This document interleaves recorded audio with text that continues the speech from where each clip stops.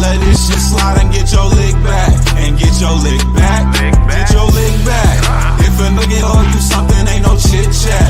Better stay up out the way, don't get your issue splat. Stop letting this shit slide and get your lick back. And get your lick back. I feel like I'm JX. J-Way. I'm a perfectionist. Adderall got me restless. I'm gone. Run with a wild crew, they get reckless. Young boy, come up off that neck. Give me that. To the trends. See you, Lee, be the best. Good evening and welcome to another episode of Corner of the Copa. I'm here with my co-host, Coach. This is a Monday edition of Corner of the Copa. Coach, how you feeling today?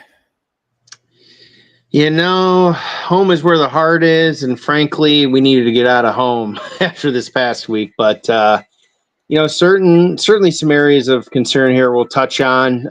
Somehow, yet we come into the week with practically the same lead in the division as we did last Sunday. So all is well that ends well. Although our games haven't ended well, our standings have remained rather unimpacted. So as we near the end of the home stretch here, the leaves are beginning to turn as the temperatures drop in the Motor City. Yes, and it was a busy Sunday, so we decided that we wanted to give you a Monday edition. The Tigers have the day off, but we are on. We are working, and as it stands right now, we are 82-62, 20 games above 500.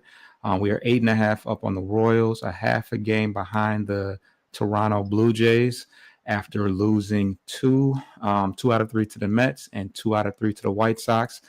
Before we get to the White Sox series, me and Coach did go to the game on Labor Day and got a chance to see a star-studded group. And Coach, what did you gather from that series, that game? What were your observations? That having a big bopper in your lineup pays dividends, because Juan Soto himself, in between that game that we went to and the next day's game in the evening, the only evening game in that series, he destroyed us. I think he had 4 home runs in that series, including that grand slam in the game we went to. That's a World Series lineup right there. And obviously we already know about Pete Alonso, and you got other names on that team, but boy, was that a fireworks show from out of town. Yes, we did jump all over Ryan Helsley, who was having a rough time in New York. I think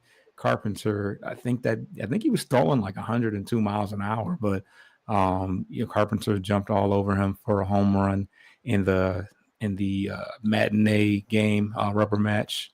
But yeah, certainly we're overpowered. I can't even put it on the offense, even though we didn't have just so many notable, top performers offensively. I think that they did their part, but anytime you give up double digits in a game, it's going to be tough to match that on the offensive side of things. And I think they scored 10 runs. I think they scored 10 runs on Monday, and I think they got 12 on Tuesday. So it's tough to contend with. As far as the highlights that I could see overall, Casey Mize bounced back and had a pretty good outing. I think that was the final game of the Mets series, if I'm not mistaken. Jahmai Jones had a couple leadoff home runs. He had a leadoff home run to start the Labor Day game against the Mets, and then he had another one against the White Sox in whatever game they fielded a left-handed pitcher. We got to see the return of Parker Meadows, and he gave us a little glimpse of the spark that he can bring. He hit a pretty big home run. He had a nice diving catch. That was encouraging to see. Wenceel Perez hit 429 over this past week. But that did not come without some struggles. Riley Green, I think he did have a couple RBIs, but he continues to not be consistent on a day-to-day basis. Carpenter, he's still getting, platooned against the lefties, and he didn't hit for a very good average. And Gleyber Torres as well. I think he had maybe a one good performance during the week, but he has continued to struggle in the second half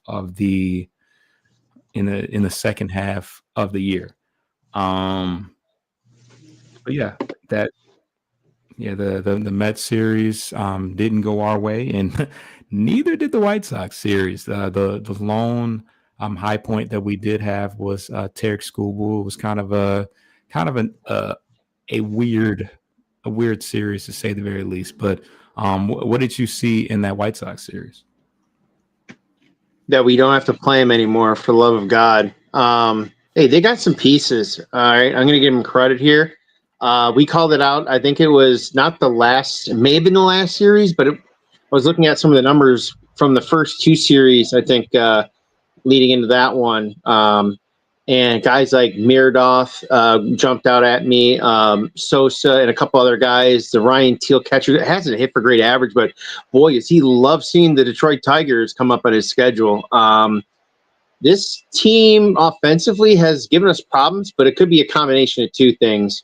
We've got a team that's young-ish from last year. They're playing a little more confidence. They ultimately are playing better this year, flat out. They're obviously nowhere near what the abysmal Rockies are this year, but they're not a pushover. They could build something into next year and continue growing if they get some pitching around that those pieces. But yeah, goodbye. Put them in the rearview mirror. Don't need to see them anymore. And then the fact that our starting pitching has been rather atrocious for a little bit now. So combination of things has led to an offensive output against us this week. So White Sox, we finished, I think, we dropped the last two series against them, if I'm not mistaken. We've lost 2 out of the last 6 against them in the year. So we're right around 500 or a little bit above 500 against them. But,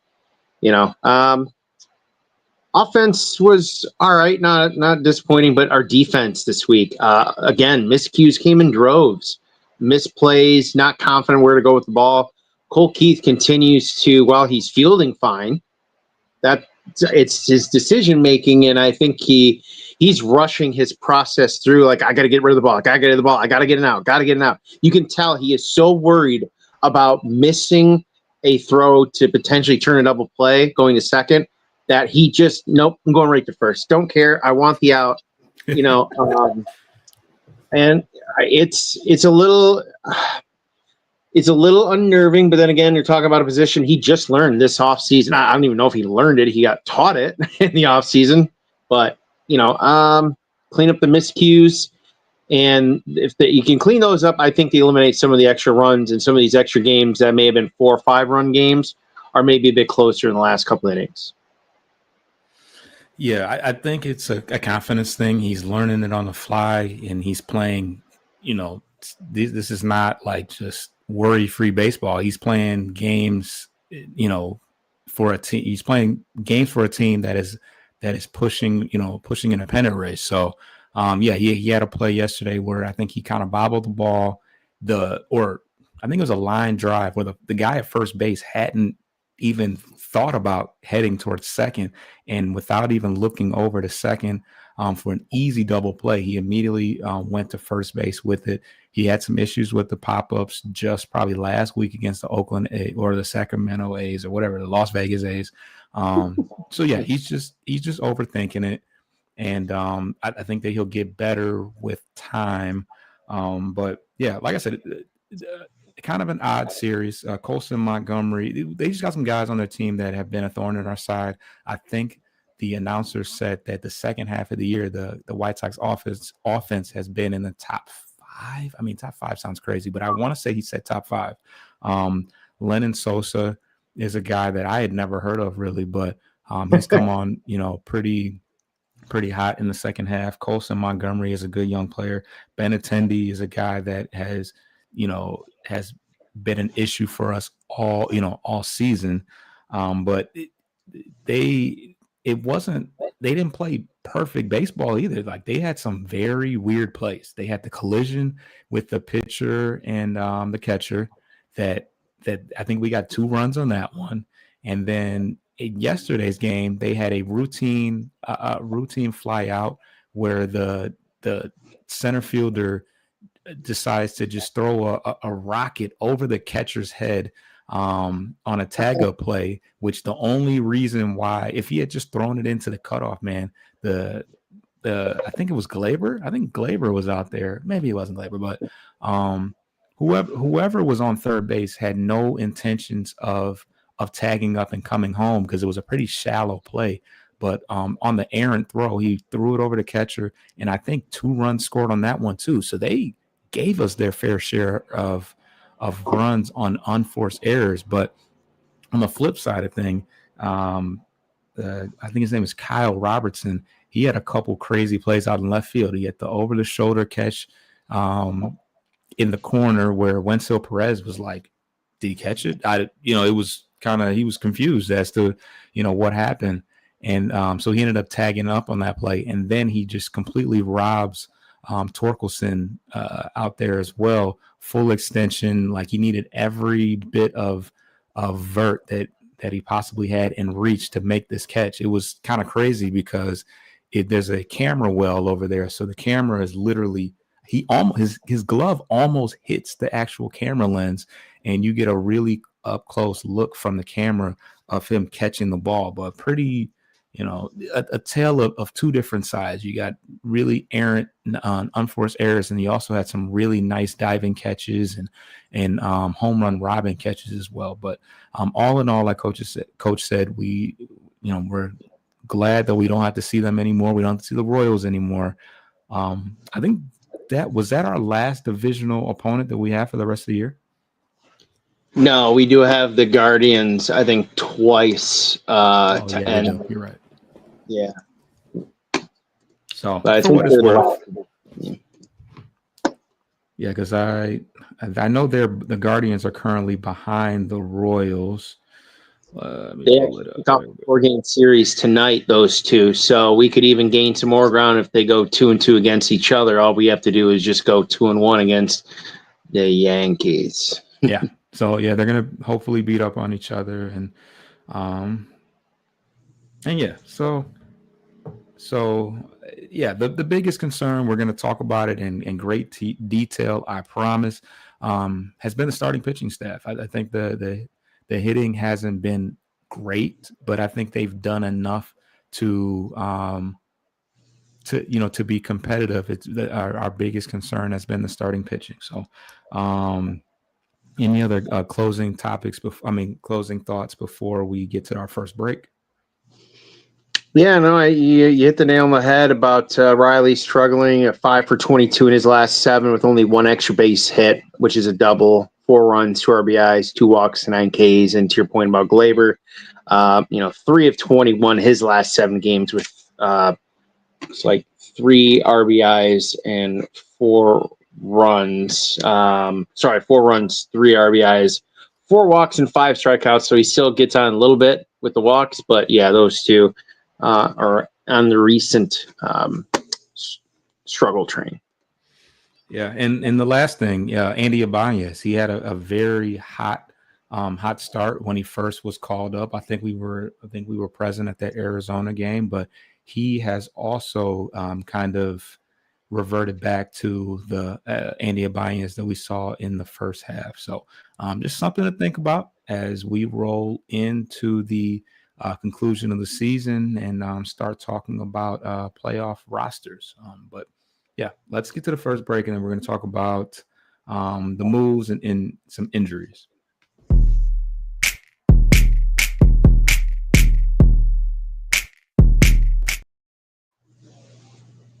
All right, what injuries and corresponding roster moves do we have to talk about? All right. Back on the 2nd of September, the Tigers recalled Sawyer Gibson-Long and Bailey Horn.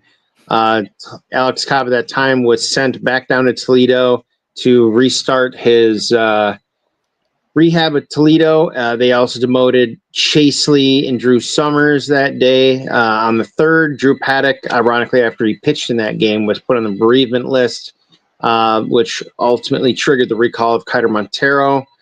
Alex Cobb resumed it a day later, pitched 1 inning, 3 walks, 1 hit. Not great. Urquidy also pitched 3 Ks, 2 hits, no walks, 3 clean innings. Good to see as he continues to ramp up his volume nearing the end of the regular season. They're still determining if he is going to pitch at least a game or 2 in the regular season before it ends. That's still to be determined. It's more concerning news about Matt Vierling. He is not ready for a rehab yet. This was as of, I think, 4 days ago, the official kind of statement they put out there, and quote from AJ stating that, quote, any setback from him being Matt would end his season. We have to be very careful with him, and we're going to move him along very slowly, end quote. 9-5, Paul Sewell starts his rehab at West Michigan. And at the same breath as when we found out that Finnegan was hurt, placed on the 15-day IL with an abductor injury, retroactive to the beginning of the month on September 1st. That is concerning, considering it's not a 10-day. We heard nothing of his injury until they announced it 3 days later as well. So definitely something to keep an eye on, because he's by far been the best reliever this year for this team, and more to come on him. Parker was activated in a swap with Finnegan that same day as he made his debut back. 2 extra base hits, including a home run, and a great, beautiful diving catch in center field. Came back with a vengeance, looking like the Parker of old. And ironically, for those that were aware, when he returned that day, he hit the home run. It was the same date a year ago he hit the grand slam, the 9th inning in San Diego against their all-star closer. So those of you that have been wanting to cut him, please kindly shut your mouth and let the man do his work. Thank you. Was there talks of cutting him? Did it get that dark? Oh, they didn't want him coming back up. They're just like, leave him down. Don't bring him back up. Apologies for any dog noises you hear in the background. Yeah, he's pissed about he's pissed about the Parker talk. That was some hogwash. Exactly. She knows. Rue knows. So aside from that, as we wrap that up here, and more news just over the weekend. Alex Cobb, that we talked about offline, done for the end of the year, formally announced he is going to have the same surgery Javi Baez had, hip resurfacing surgery, but he'll have made $15 million with never having pitched a game for the Detroit Tigers. I got to imagine this ends his career indefinitely, considering he was 1 foot out the door into retirement before we came calling back in the winter. But that is, and then also same day on the 6th, Paddock was reinstated from the bereavement list, which they optioned JHM down and not Kiter Montero. I was gonna say, I mean, you're right. He did have 1 foot into 1 foot into retirement. And I'm sure his family, appreciates him stepping out, collecting that money, and then heading back into retirement. But I was going to say, if he had the same surgery that Javi has, that means that he should be an all-star next year if we're all, keeping the trend going. But probably not. So as far as what we have going on down on the farm, Jackson Strong, who's now with the West Michigan Whitecaps, had a home run on Tuesday. Isaac Pacheco in that same game had a home run and 2 walks.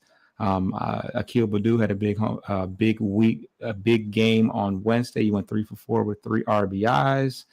That same day, Max Clark, Josh Peck, and Jake Holton all hit home runs as well, and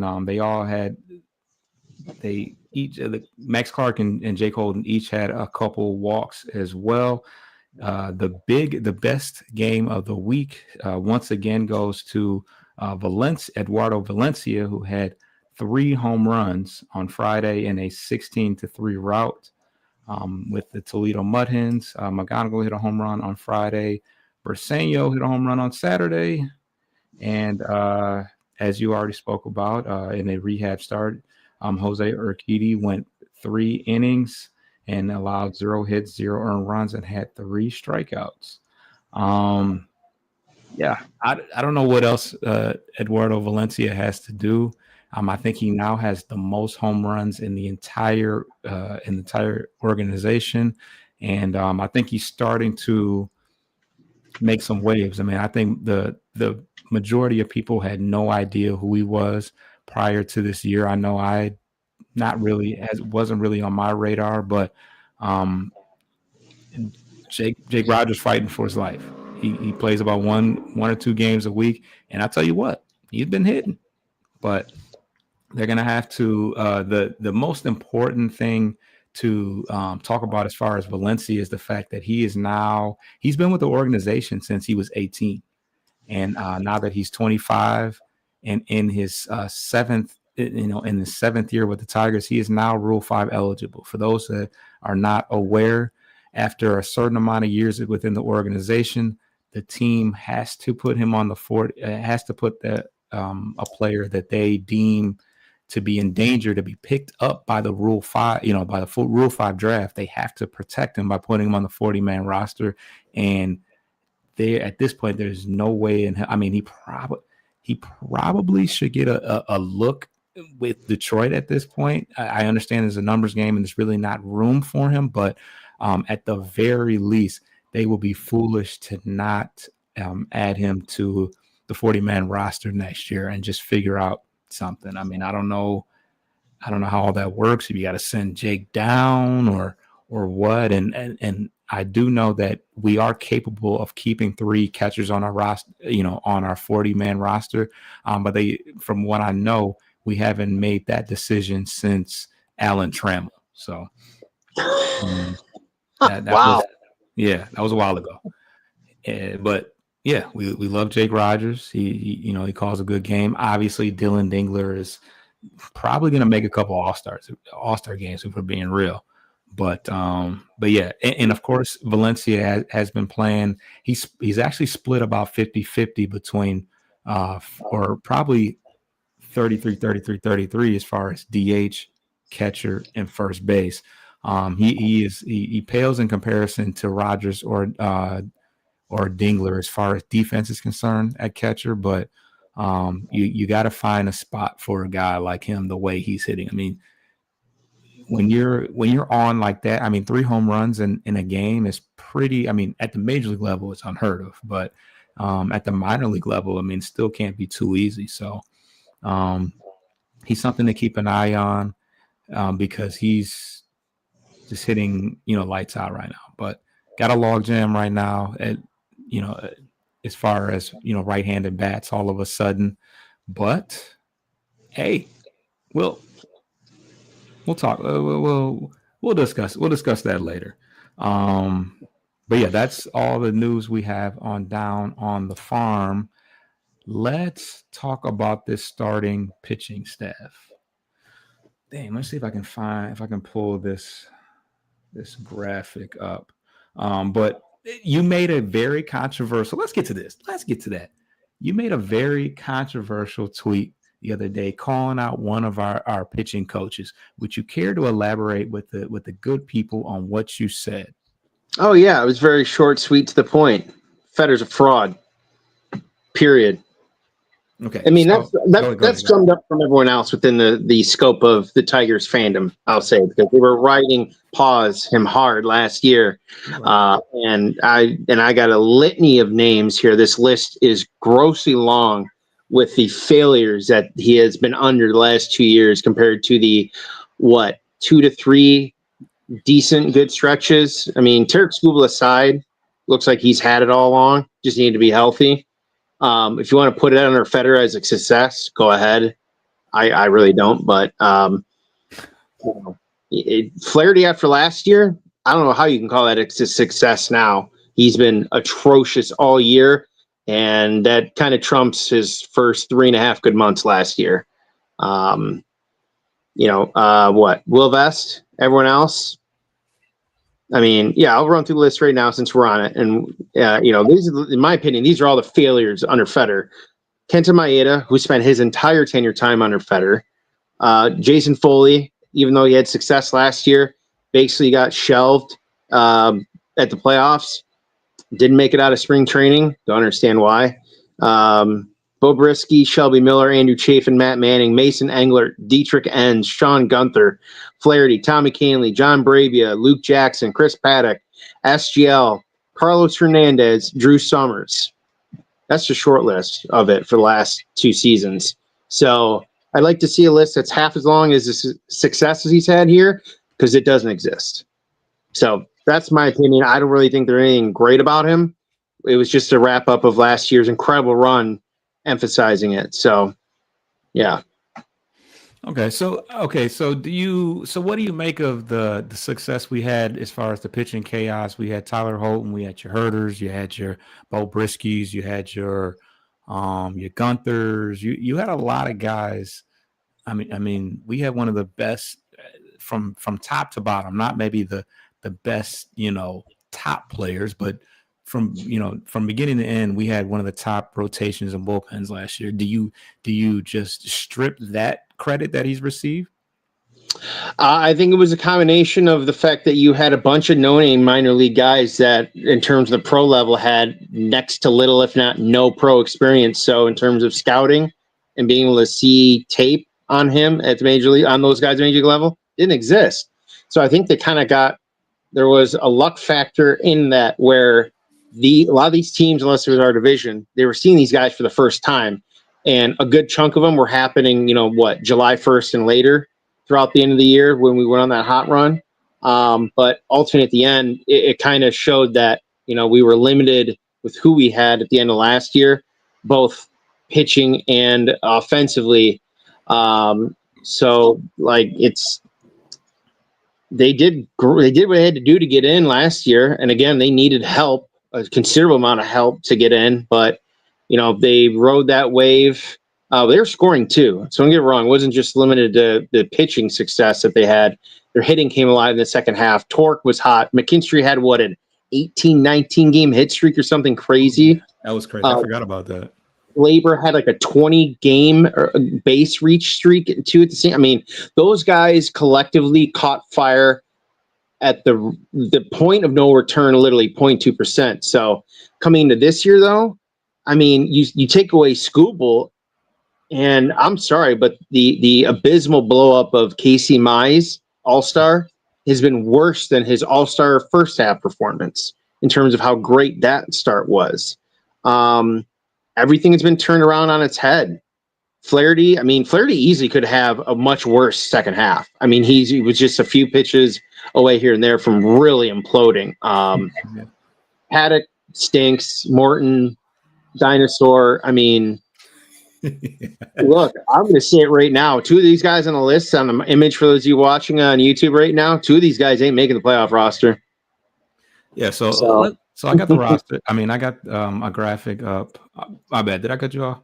No, you're good. You're good. Yeah. So I got the graphic up. This is from the Twitter account database hit. I love how Coach's account just kind of peering on the bottom, but I ain't no telling what he said in that. But so yes, we have the second half rotation ERA. We got Scooble at the top. They separate him literally in the graphic from the rest. They give it a little double space for him. He's got a 2.08 ERA.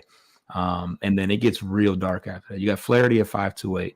You got Mize, like Coach says, all-star first half, second half 5.59. Chris Paddock 6.89, and you got Charlie Morton coming in at 5.81. Dinosaur, as Coach says. So it gets real nasty. All of these players will not make the playoff roster, as he said as well. In your opinion, who, if we had to throw out, all things considered, a top three right now, who are the pitchers out of, obviously we know what number one is, but out of the last two, who are the starting pitchers that you trust the most right now? That are in the mix, or guys that are on the roster right now and are healthy?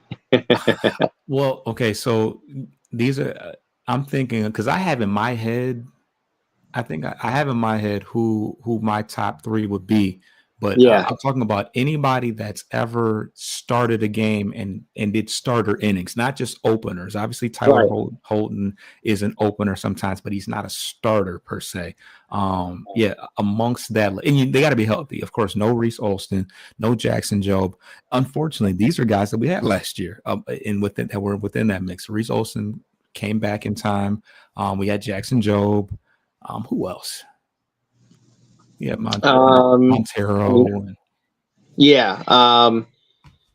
Other than I think Scooble won. I think Mai stays two. I mean, you can't cut all these guys. That's kind of the not really cut them, but you can't leave them all off the roster, playoff roster. But in my opinion, the number 3 starter isn't even a healthy one.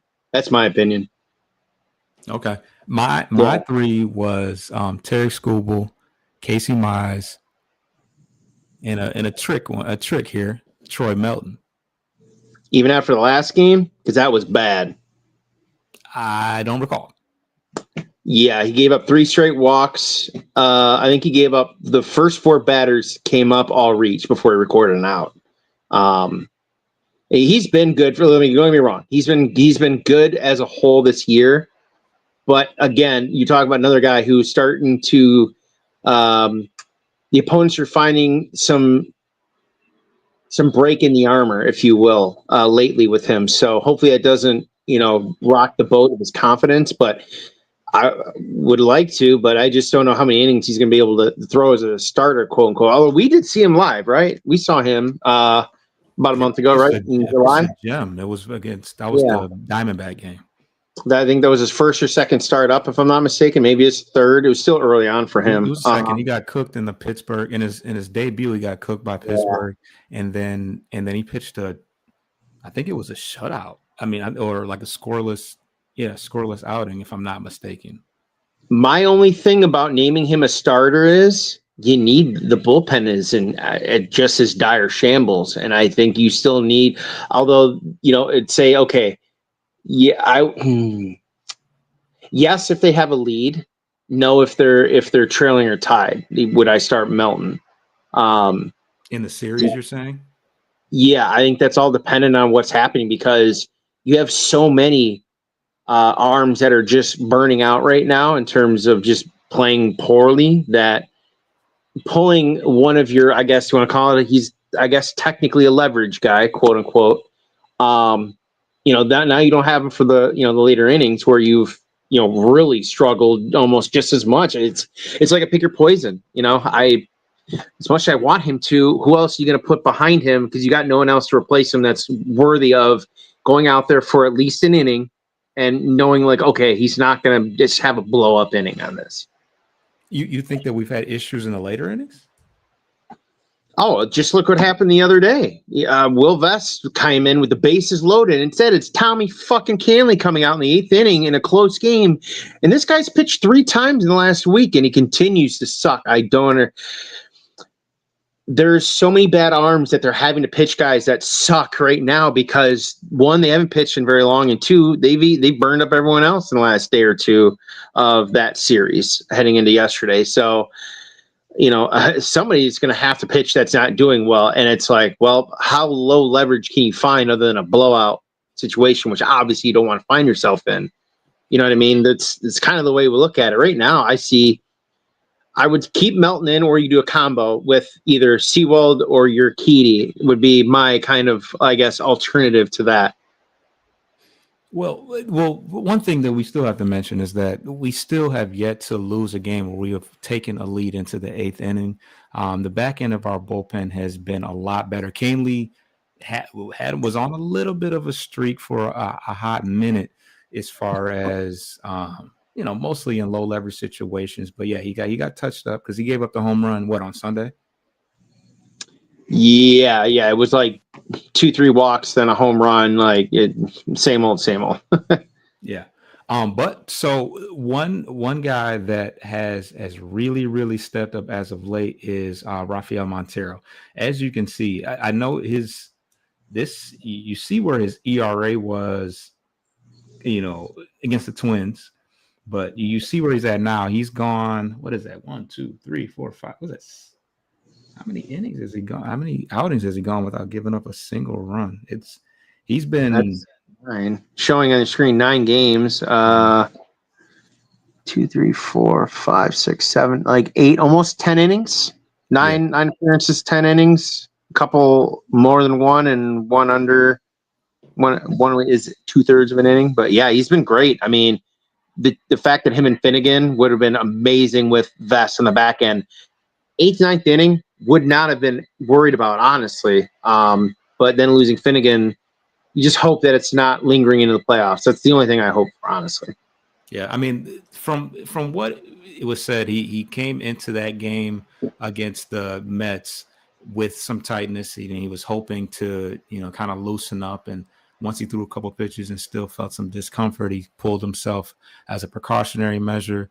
AJ Hinch didn't seem too concerned about it. He said that he doesn't really have a long-standing injury reputation. So Finnegan is confident that he'll get to pitch a couple outings prior to the playoffs. So we're going to hold out hope for that. But Montero had a very rough start to, start when he got here, but he has been one of the more dependable, high leverage guys. So that has been encouraging.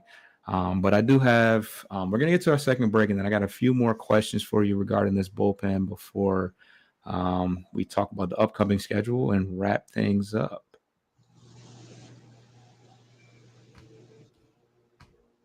Here we go.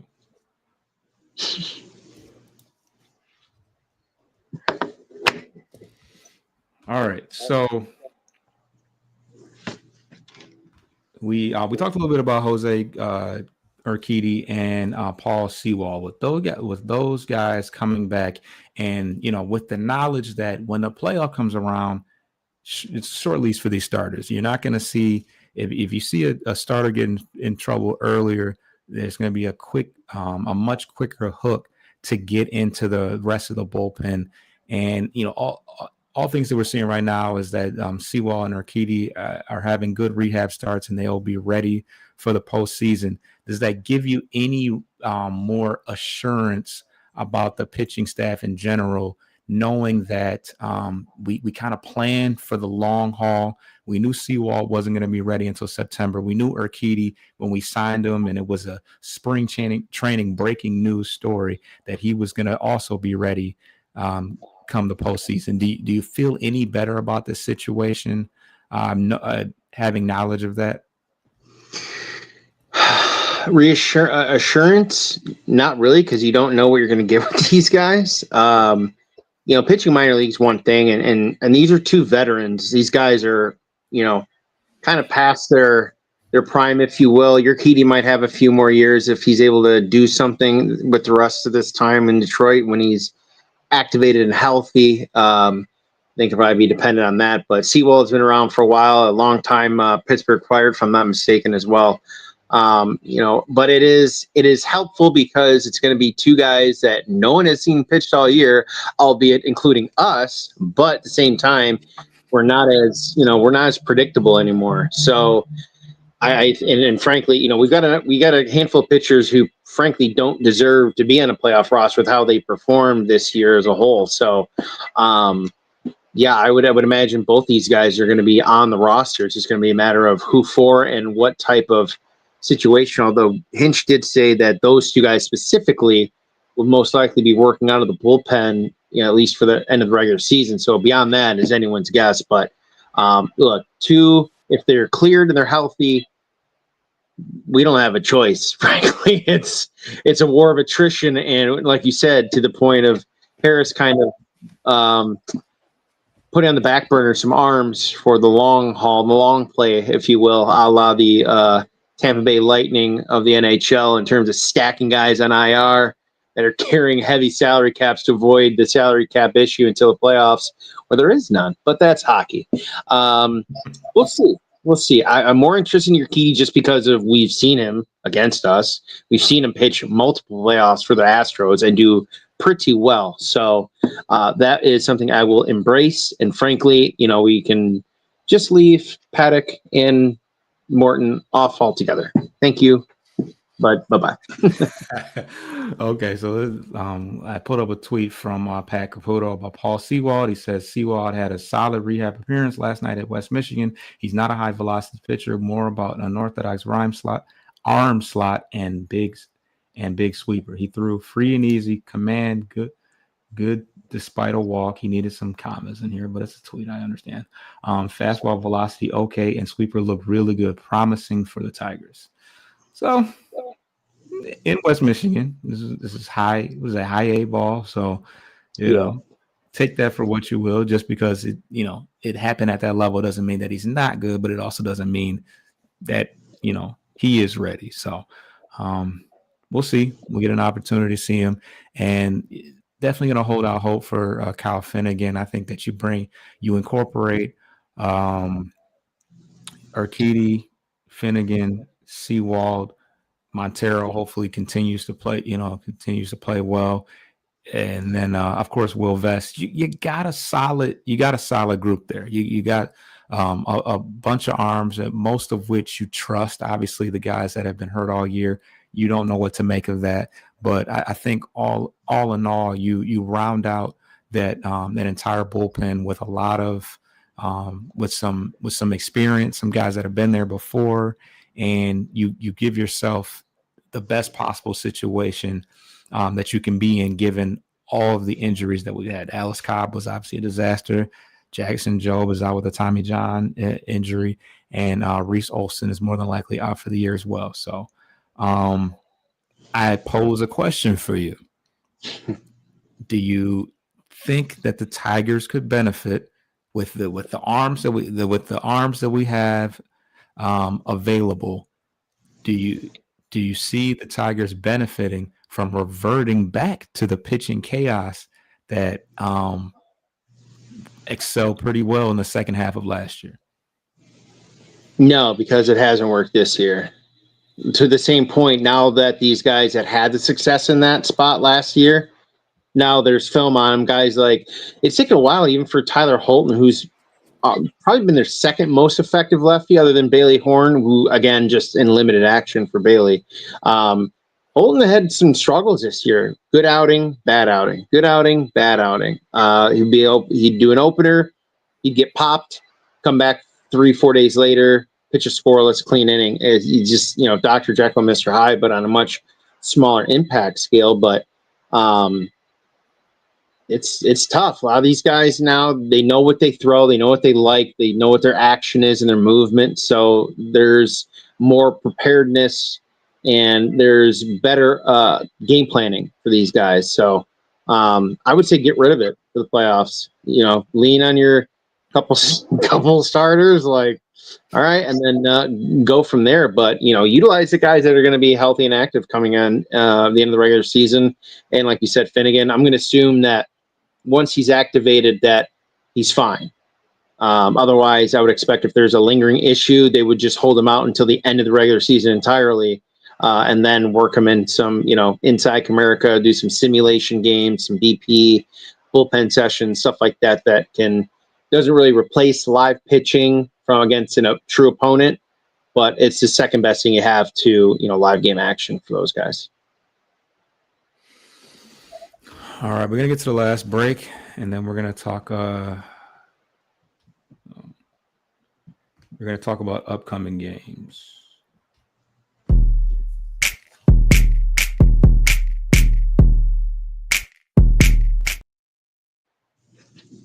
All right, who do we have on tap upcoming? All right, today is one of the rare Monday off days for the boys out of Motown. They are flying to New York today for a 3-game set with the Yankees, starting tomorrow night in the Bronx for 3 games. Casey Mize will take the ball game 1 against Warren, Flaherty game 2 against Carlos Rodon. We are TBD for the matinee on Thursday, which could be a combination of a couple different guys. SGL being one, since Paddock was moved to the bullpen, and Paddock probably shouldn't pitch again for a little while. Could be Kiter Montero. Who knows? We'll see, against Schlittler. Then they travel to Miami for a 3-game set over the weekend. Friday is Scooble against TBD. Saturday against Charlie Morton against Mazur. And Casey Mize will take the ball for the second time in the calendar week on Sunday against Perez, with a final sneak peek looking ahead to the next week with a 2 home game series against the Guardians for 3, and then welcoming in the Atlanta Braves for 3. All right, as we wrap things up, Coach, what are you looking to see as we work our way down the stretch? We only got, what do you say, 18 games left? Yeah, we magic number for the AL Central is sitting at 10. 10 games with 18 left and an 8.5 game lead. And we're half back at Toronto, too. So still a bit of meaningful baseball to be played here down the stretch. But in terms of what I'm looking for something out of the starting pitching other than Scooble. Just some type of sign of life, honestly. And it's not – and if it comes against Atlanta only, I'm not taking much stock in it because Atlanta's had a fairly, down year on their own. They're still better than a handful of other teams, but that lineup is still no joke with Acuna back and fully healthy. That team offensively is still legitimate. But that, and I think from a non-pitching standpoint, it's going to be Spencer Torkelson and Parker Meadows. Torkelson still continuing his downward trend. They're going to need him for his power. Fortunately, got robbed, like you said, in that fantastic catch over the weekend, which probably would have been a home run almost anywhere else. And Parker just his day to day. First game back looked great. Just show some consistency. He doesn't have to tear the ball off the cover. His defense is never any question. So it's his offense. He had a couple walks too over the weekend, if I'm not mistaken, as well. So he's seeing the ball well. I think that's a big confidence booster for the offense and obviously his playmaking ability on defense. But, he can bat leadoff, he can bat ninth, he can bat really anywhere in the lineup. So that's an added flexibility and weapon for AJ if he could just stop making bad decisions here, pinch hitting his platoon guys, which, again, from my point, if I had it for the playoffs, get rid of it. Unless it's a couple key guys in key spots. But I'm sorry, but watching guys like Carey and then Parker, who got pinch hit for having a great day at the end. You can't do that in the playoffs. These are your biggest bats, and I'm not going to trade them for a one at bat, one off. Trying to catch lightning in a bottle. But that's maybe a little down the road for playoff talk. Yeah, I think that he actually completely set Parker on Saturday because That was his first game back. Yeah. Well, that and the fact I think it was a lefty, which is why Jahmai Jones and it.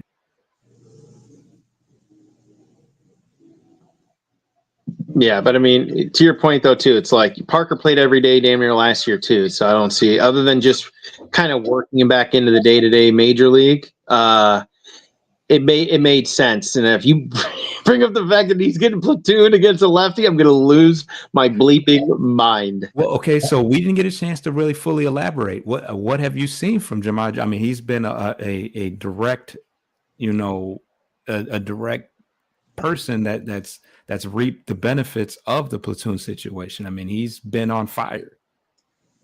I mean, I get it, guys like Colt and some of those other guys that get pinch hit for, but again, to the same breath, if these guys are producing in a game that they're having an immediate impact on, and they're feeling it, obviously, maybe having a good series, game 2 or 3 of the series, we'll just say, why isn't Spencer Torkelson getting pitch hit for? He did last year in the playoffs. This kid is hitting 237, 230. Like, what are we doing here? Why are we picking on the same guys? And I get it. Torkelson gets on base, although that's been on the decline too. He's under 800 OPS for the first time since way back at the beginning of the year. Yeah, the first time, yes. And it's been the first time for the last handful of weeks now. We're cherry picking the guys that are producing, and the guys that are rotting on the field are continuing to let rot. I mean, when you say that he's under for the first time all year, has anybody else been over besides Riley Green? Probably Carey, possibly Carey. I mean, you're paying and you're hoping that that Torkelson produces with power. Now, generally for the year, has he? Yeah, but it's also been front loaded. Let's not kid ourselves. He had a great first 2.5 months with Javi Baez, although his decline has started later than Javi's. But I don't know how much longer you keep rolling him out there as a number 4 or 5 hitter, and all he's doing is getting walks. That's if you're gonna have a player do that, put him at the top of the lineup then. But Torkelson doesn't run very well. Lord knows he's been picked off so many times on line drive comebackers, weirdly trying to steal bases. Yeah, I mean he I don't know. we talk about other things. I guess I got another thing in mind from the show earlier that you mentioned. For maybe for the next one we'll get into, but I question whether a 1-year extension to Torkelson's worth it at this point with other things to consider. But again, that's just for a later show. But why not pinch hit him in an opportunity with all the lefties that we have? He doesn't hit very well against either hand. He's even pretty much. So why not take that chance with the gluttonous amount of DH/first baseman you have on this roster? I mean, I don't see Torkelson hitting a grand slam or bombs like Carey's hitting right now when we needed it. Well, now you said that he was front loaded with the power, but let's just pull it up. Real quick. And he did have a handful of stats when game was already out of reach either way or the other. Kind of some meaningless RBIs, home runs. Now they all count the same. Yes, but in terms of impact, Torkelson's only had a few. Didn't you say it the other month? His first home run in the 9th inning to take a lead in his career. First. I'm sorry, Kerry Carpenter had a game-winning home run in Cleveland in the playoffs last year. It wasn't Tork. He did against a righty. Emmanuel Clase is a right-handed pitcher. No, that was Kerry, not Carpenter, or not Torkelson. Yes. Yeah. But the main importance is that Kerry's going to get every start against a righty, and as many opportunities against a righty as they can find. But I mean, he's hitting 10, 15 points worse against lefties than Torkelson is right now, with a considerable less amount of at bats. Torkelson's hitting 270 against lefties. Okay, so he's hitting 200 against righties then if he's hitting 235? 220. Okay, there we go. I mean, there's more righties. You're gonna face more righties in general. So that's fine, but I mean, we harped on it last year, and he also has 18 home runs against righties, which is more than he has against. I mean, he faces more righties because there's just physically more righties, but yeah, he's got 18 home runs against righties. So he doesn't hit for a high average, but he's going to hit for power. They need that power in there every day. No one on the bench is going to provide, including Colt Keith. I know, because I'm assuming you want Colt Keith to get more time at first, because nobody else plays first, right? I mean, he's a free swinger, so there's the trade-off between him and Torkelson's massive. And I probably just from that aspect of a free swinger to a guy who's more patient. But if Torkelson wasn't as patient this year as he was last year, I think he'd be in a Toledo uniform already, probably 2-3 months ago. I mean, that's a big if, though. I mean, that's been a big part. That's been a big part of his resurgence, is the fact that he's been more selective and taking his, picking his opportunities. Yeah, you pay him to hit and swing the lumber. I mean, that's really what it comes down to. If I want to lead off, home runs. He's got 28 home runs. We're not going to act like he's 18 at the break. Because Colt's got I don't know. Well, let's do it. Let's do it. Yeah, I'm with you. March, April, May, June. So, which March is like a couple days. So that's 9, 16, 17. 17 out of his 28. So you said 10 after? I just ballparked. I figured 18, so I was almost spot on. 4, 9, 15. Depending on, you split July in half because All-Star games like dead middle. It's about 50-50. He had a hot start to the year for sure, but it's all been a part of we got off to a really hot start. We were, So I mean, he was part of that. Right. Well, that's the problem. You can kind of hide it because everyone was playing really well. Like the pitching, every aspect, the bullpen, the pitching, the hitting out of the gate. I mean, we're kind of looking at it like, okay, all right, now I think we got something here. But, unfortunately, I think we had some of the wool pulled over our eyes because Torkelson's last 30 days is hitting 200, 315 OBP, barely over 660 OPS, and a 347 slug with 3 home runs, 3 doubles, 7 RBI, 16 walks, 28 Ks. He's starting to strike out a little bit more because he was almost even at one point, I thought, walks to strikeouts, which is incredibly good. 19 of 95. 9 runs, 7 RBIs in the last 30 days. I'm saying this because I want him, because for me focusing on him for the rest of the week. I need to see something from him. We cannot go into playoffs with this guy struggling yet again and looking at potential of us. Like, we need to pinch hit him in this situation. Like, one more player we have to question, and I just don't want to do it. I'm tired of it. Although I'm sure people are going to say, "Well, you've been bashed Torkelson for 2 years." I'm like, "Well, was he not supposed to be the franchise player?" So yeah, a lot more under the microscope are those type of guys. Him and Scooble. Although Scooble was a lower round pick, obviously compared to Torque 101, but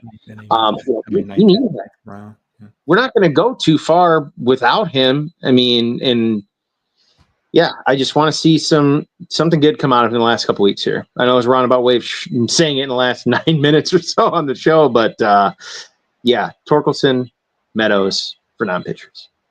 Yeah, to be honest, the entire team has kind of been slumping. I mean, you look at Cole Keefe's numbers here. I mean, he's been look at the last 7, last 15. I mean, he's been skidding kind of on both ends as far as defense and offense. So, yeah, if there's anything that we need to see is we need to see our stars, wake up. Riley has not been great.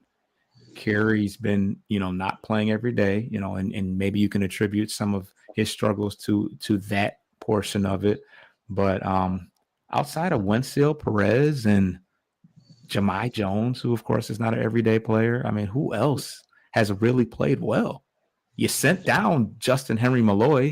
He was only up long enough to, get an RBI, a walk that he got pinch ran for and ended up scoring a run. I mean, I don't know. I thought that was a little, and you got Sweeney playing. You keep Sweeney up, which I don't know, was a head scratcher to me. But you got your certain guy. You got your certain guys that are just going to be around. They're just guys that the coaches love, and they're going to get every opportunity to play. But I don't know. I thought it was weird to bring him up because he came up for who? He didn't come up for Paddock, did he? Well, it was like a 4-person September call up or whatever. So, well, yeah, originally we thought it was going to be SGL, and then they said that he was coming up Tuesday, and they activated someone else they brought up for the expansion. But yeah, I mean, Sweeney's only on because of Javi is continuing to struggle with the stick, and you can't have one bad shortstop and demote the other one. Now you have no one. I mean, where are you going to go? Like, Zach has had some issues on and off. I'm not saying he's getting free passes, but how many positions is this kid going to play this year? We joked about it in the year. He could have been a guy to play all 9 in a game. He actually could do that. He's athletic enough to do it, but like you said, it's the timing of everything right now. Guys pour with the glove, pour with the stick, pour with both. In Cole's case right now, to your point, yeah, he's hitting $167 in the last 6 games, which he only sat the second game against the White Sox. But, I mean, he's had a really good, consistent summer after a very cold start, which he was very publicly open about after the end of April. 288 May, 269 June, 274 July, 275 August. So, a little slump to end the year. But again, to your point, I think his fielding has maybe gotten back into his head a little bit and kind of impact his ability at the plate, which can be difficult to try and separate the two. But, I'd throw him in there too. I'd like to see him bounce back a little bit before the end of the regular season.